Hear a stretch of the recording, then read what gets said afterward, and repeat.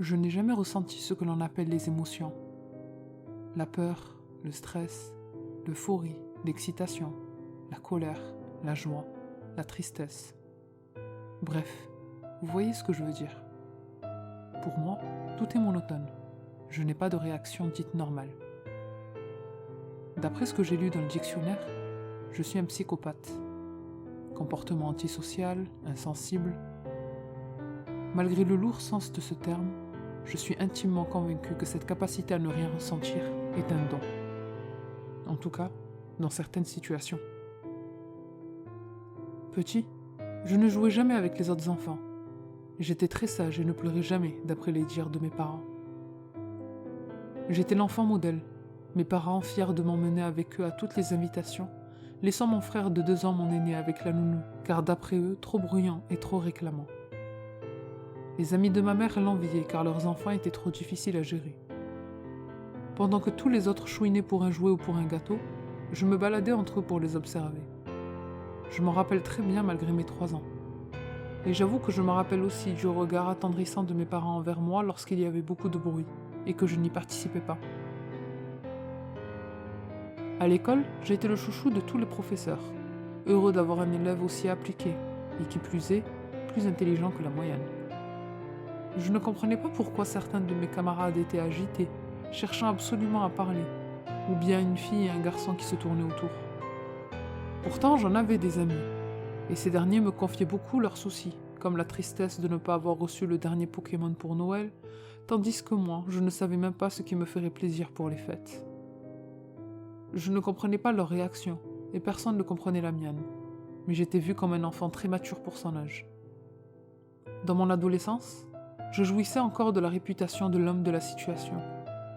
Mes camarades comptaient toujours sur moi pour faire face à des situations stressantes, comme par exemple tenir tête à un professeur tyrannique, ou protéger les élèves martyrisés par des brutes. Certains d'entre eux souhaitaient évaluer mes craintes, ce que j'ai accepté de faire par curiosité, car moi-même je me demandais à quel moment elles se manifesteraient. Je me suis alors déjà retrouvé au bord d'un précipice, nager au milieu du lac profond de Stansfield, sur le toit d'un immeuble de 15 étages en haut d'une grue, et même explorer certaines maisons à la réputation hantée, seul, avec pour unique compagnon ma lampe de poche. Mais rien, je n'ai pas ressenti ces frissons, ou un rythme cardiaque à en rompre les côtes, ni la sueur dégoulinante du front, et encore moins la respiration saccadée. Quelles que soient les situations extrêmes que je m'infligeais, aucune ne me provoqua l'effet escompté. Ne parlons même pas des relations amoureuses. Je ne ressentais aucune attirance envers qui que ce soit. J'ai depuis compris que je suis né avec cette capacité hors norme.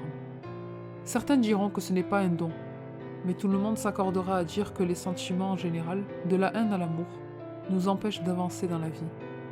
Et je n'ai jamais eu ce problème. Mais j'avoue qu'avec le temps, j'ai été très intriguée à l'idée de ressentir un jour quelque chose. Surtout depuis cette nuit, il y a 20 ans maintenant, lorsque j'avais 16 ans. Suite au décès de mon père, les invités venus la journée lui rendre un dernier hommage pleuraient à chaudes larmes, et je pense s'attendaient à me trouver dans un pire état que le leur, et pourraient pour la première fois de leur vie me voir pleurer. Mais ce qui a marqué les esprits, c'est mon manque total de tristesse, comme si de rien n'était. Certaines personnes sont allées parler à ma mère, admiratifs de ma réaction, disant de moi encore une fois que j'étais très courageux et exemplaire, pendant que d'autres s'étonnaient à demi-voix de mes joues sèches et de mon regard observateur et curieux, balayant toute la pièce. C'est à ce moment-là, le soir même, que j'ai eu une discussion avec ma mère qui m'a marqué à vie et qui depuis dicte ma conduite. Lorsque je m'apprêtais à dormir dans mon lit, elle est entrée dans ma chambre, les yeux rouges de larmes, un mouchoir à la main, et m'a dit avec douceur en s'asseyant près de moi. « Axel, je vais te dire quelque chose, et tu dois me promettre de tout faire pour y arriver. Petit, tu étais toujours très sage, et jamais je ne t'ai vu pleurer, moi, ta propre mère. J'étais tellement sereine, mon fils, une maman épanouie, car tu étais un enfant idéal. Mais en grandissant, tu dois savoir que si tu n'as pas la même réaction que les autres, tu seras perçu différemment, traité de bizarre, et les gens s'éloigneront. Je le sais que tu n'es pas tout à fait comme les autres, mais je t'aime comme tu es, pour te protéger, tu dois faire semblant d'être comme tout le monde. Quand dans une situation la norme c'est d'être heureux, souris et dis que tu l'es. Quand tu vois les gens tristes, fais semblant de l'être aussi. Ça ne pourra que t'aider dans la vie, mon chéri. Garde précieusement ces conseils et applique-les. Je t'aime. Alors depuis, je fais semblant. Mais à force, je souhaite réellement ressentir n'importe quoi, quitte à souffrir. Encore et toujours à la recherche de sensations fortes et épuisé de simuler des émotions que je n'éprouvais pas, je me suis engagé dans l'armée à 20 ans, réclamant au maximum d'être envoyé sur le terrain.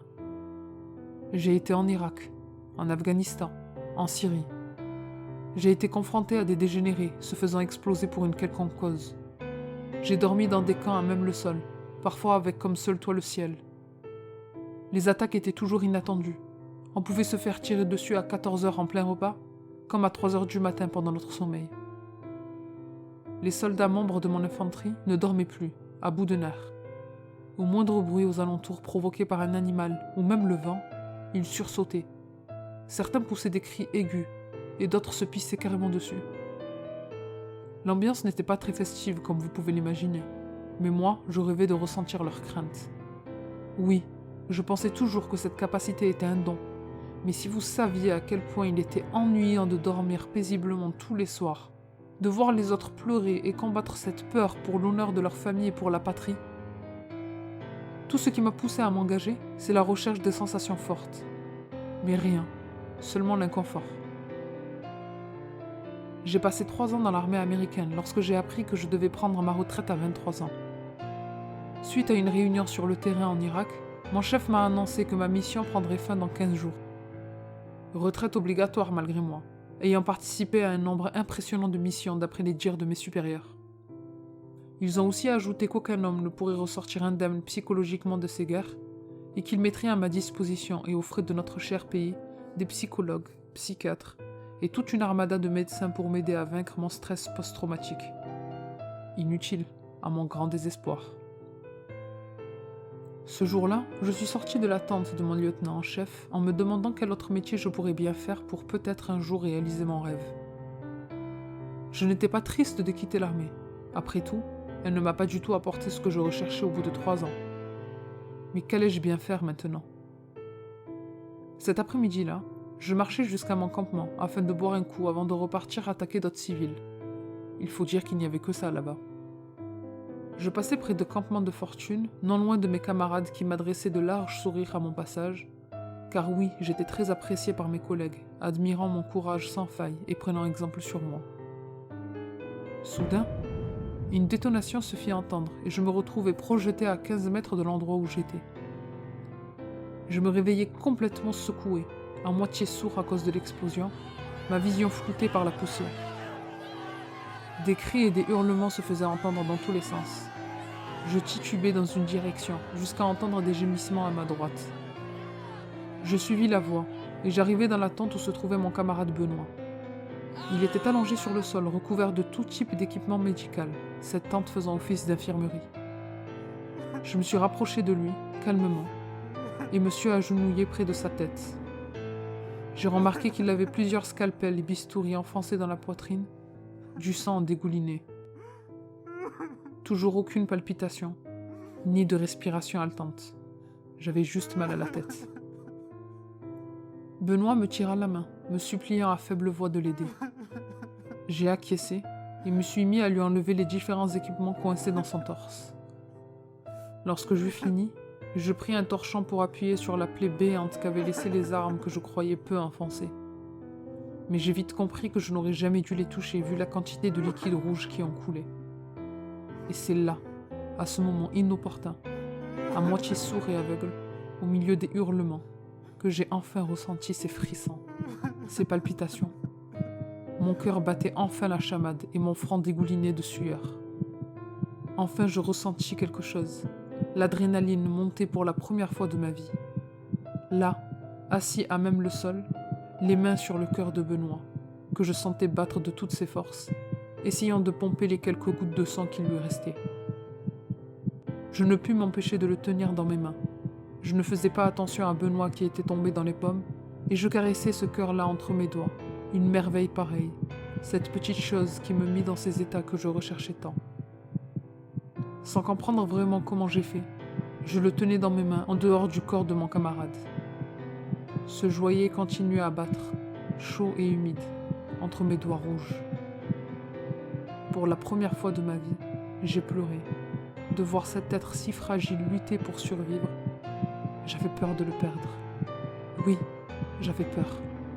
C'était ça l'amour? La peur? Mes sentiments s'entremêlaient. Je collai ce cœur contre ma poitrine et je le sentis se calmer doucement, les battements de plus en plus espacés, me laissant dans un état d'euphorie mêlé à de la tristesse. Benoît, évidemment, n'a pas survécu à ses blessures. Et les différentes entailles dans son cœur ont suffi à expliquer son décès. Mais personne n'a compris pourquoi le cœur était à côté et non dans Benoît. Suite à cette expérience mémorable, je suis rentré comme prévu en Amérique. J'ai entamé des études de médecine et me suis spécialisé dans la chirurgie cardiovasculaire. Devenu chirurgien reconnu, à chaque opération, je frissonne à l'idée de toucher un de ces êtres merveilleux, cet organe nous permettant de vivre.